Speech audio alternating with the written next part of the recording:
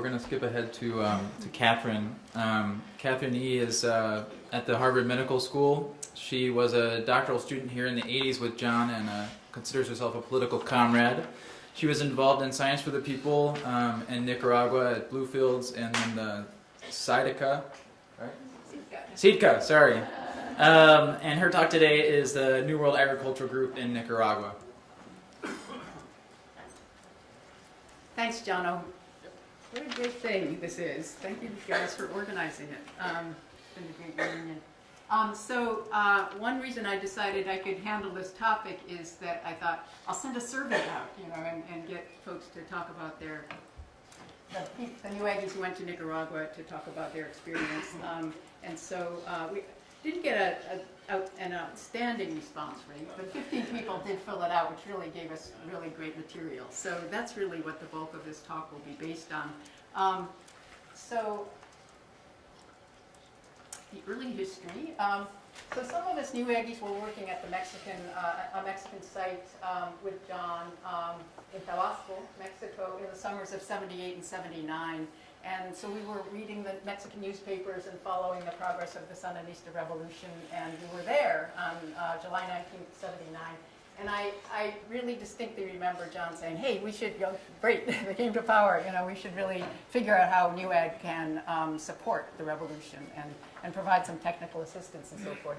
And so it took a little while, but contacts were made. Doug reminds me in the history that he wrote of NWAG that he made some contacts with the Sandinistas in Montreal, and we also had Sandinista contacts in Costa Rica.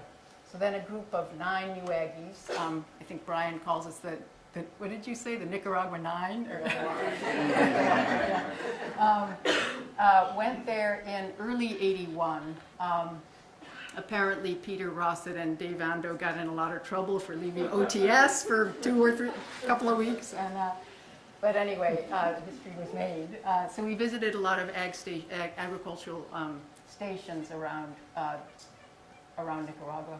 And then a few months later, in August, an official delegation went, so that was the delegation where convenios or agreements were actually signed with 3 Nicaraguan institutions, namely the Ministry of Agriculture, the National Agriculture University, and the Research Center, Sitka, on the Atlantic coast. And Charlie Hale there was our first NWAG cooperant. That photo's from a few years later, and So I worked with Charlie in Sitka Bluefields when he came back later to do his doctoral research there as an anthropologist. He incidentally is a professor of anthropology at University of Texas, and that's his partner and now wife, Melissa Smith. And here's some of us from the early days. It's a little dark, but Peter Rossett, Pamela Anderson, Sonny's in the front, Doug, and then standing up is Steve Lewington, who I don't think he was there for long, but he happened to be visiting. So, and then another group photo from one of our meetings in Matagalpa, and from '86. So fortunately, there was this fundraising brochure that I think John was very involved in creating about NWAG's work in Nicaragua. By the way, I left the E out on, I don't know why. I think it was because we didn't have the E when we first started there, and so it seemed more historically correct to just use the classic NWAG. So this brochure is very handy for me in giving this talk, because it sort of sums up the things that we were doing in terms of creating infrastructure, such as laboratories, doing research, applied research with the topics listed there, and also teaching and other ways of developing human resources. And according to the brochure, by '88, we'd had close to 30 cooperants from North America, working mostly in Ixca and Mirinva. And of course, in addition, towards the end of '88, Hurricane Joan hit the Atlantic coast, and so. Ganyu Gurjan of Sitka, I had left by then, but he wrote to me and he said, it looks like a pile of matchsticks from the air. We don't know if this forest is ever going to come back. We need somebody, collect some comrades to come down here and study the ecology and see what hope there is of regeneration and what's going to happen. And so John was one of the first people I thought, oh, no, let's get John and some of the other ecologists to go and do a study there. So we went in 89 and 90, and John and Doug and others wrote grant applications to NSF and managed to get multiple years of funding to go and study the regeneration of the rainforest, and always involving Nicaraguan students. So this was always a very conscious, that it wasn't going to be just a bunch of gringos going in there and doing their research and leaving and publishing papers, but it was very much sort of a part of the effort to kind of bring Nicaraguan students along and teach them in some of the techniques of field work. And this next slide is the only sort of is the only quantitative slide. I don't have any confidence intervals or anything like that, but that would be fun to make a histogram based on people's responses to the survey about which years they were in Nicaragua. Doug Boucher being on the bottom there, and Bernie Sanders blue, as having been a staffer for Bernie Sanders long ago. But anyway, so you can see that there was this sort of peak in the mid-'80s, but then a pretty good presence all the way through, at least until 2007. And I don't know, maybe there's still some NWAGs. I know Falguni is actually still working in Nicaragua. And I know Alan and Sally are still work there and live there and so forth. So I could have drawn the graph out farther, I guess. So that's kind of what the pattern came back showing from the surveys. And again, there's under response, and so I don't know what it would look like if more people had responded.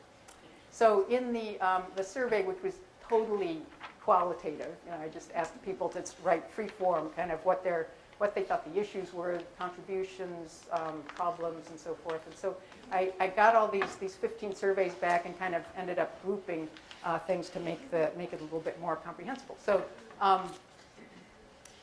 Brian gave me that nice photo. So some of the issues, at least a couple of people said the issue of whether, when, and how to criticize the revolution or our revolutionary comrades, and there were a lot of, sort of things that I think NWAGs saw going kind of not quite the way they thought was appropriate. So there was that signal as an issue in these survey responses. Also, the rights of social sectors that weren't being addressed adequately by the revolution, and the sectors that were mentioned in the surveys were the indigenous people of the Atlantic coast, women, and surprisingly to me, because I'd forgotten this from Peter, the peasantry, as sectors where the revolution was making sort of following policies and practices that were not really in the interests of these sectors. There was the issue of production in the short run and the apparent need for pesticides and so forth versus sort of more the tradition that we had come out of or were building to focus on sustainability in the long run. And the government really did have kind of big ag proclivities with a lot of emphasis on state farms and big production under the leadership of Jaime Huila, the Minister of Agriculture. So that was kind of a tension that was felt. And then there was the more existential kinds of things that Brian pointed out. What were we doing? Was it doing any good? Should we just take our airplane money and give it to the institutions and people we were working with and so forth? So that was always on people's minds.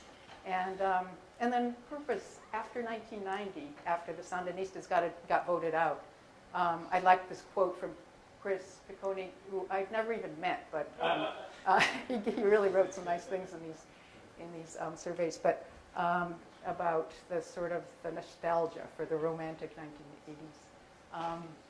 So those were some of the issues. And then some of our contributions, another nice photo given to me by Brian Schultz. These were taken from, I combined people's comments about what they thought their own contribution was with their comments about what they thought NWAG's contributions were as a whole.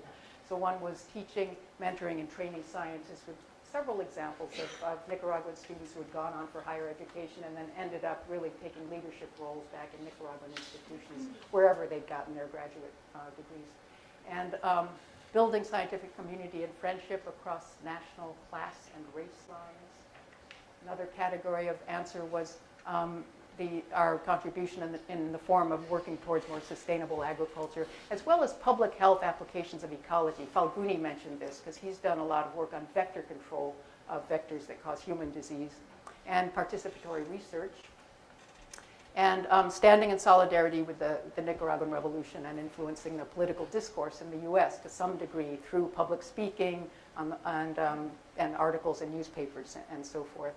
And then finally, providing an education, political and otherwise, to NWAG members. And I think that's very important, and it's kind of part of, I mean, I think of that, what Cruz said this morning about look at us all, you know, I mean, it was really a lot just through our interaction with each other that we learned and that we became committed to really doing, being activists, as, you know, within academia or not.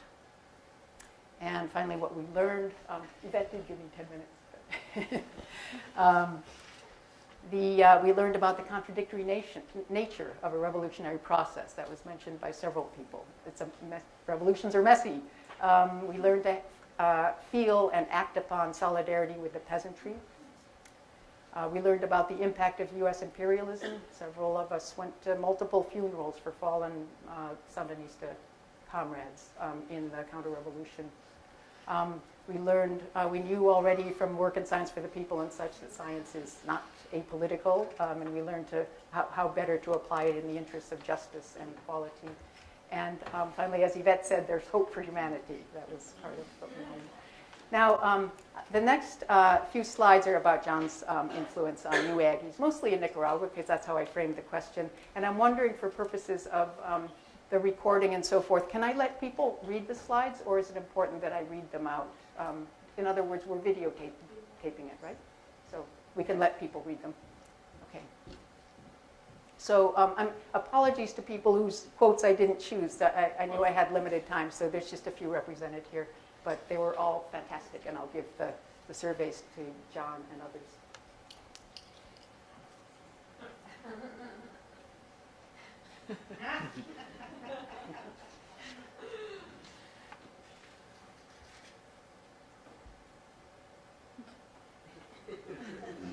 Is Chris here? I've never met him. No, oh, okay. Okay.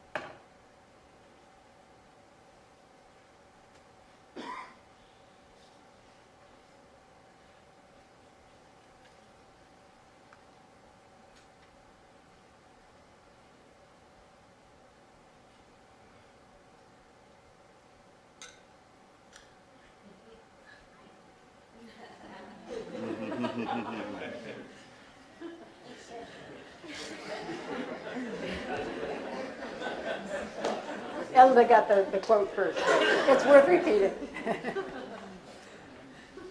And then finally, I just wanted to show you the list that I know it's partial, but these are the people I could think of that had worked in Nicaragua, with Dick Levins listed as even though he didn't actually work long-term there, but he visited. And so that's all. Thanks very much.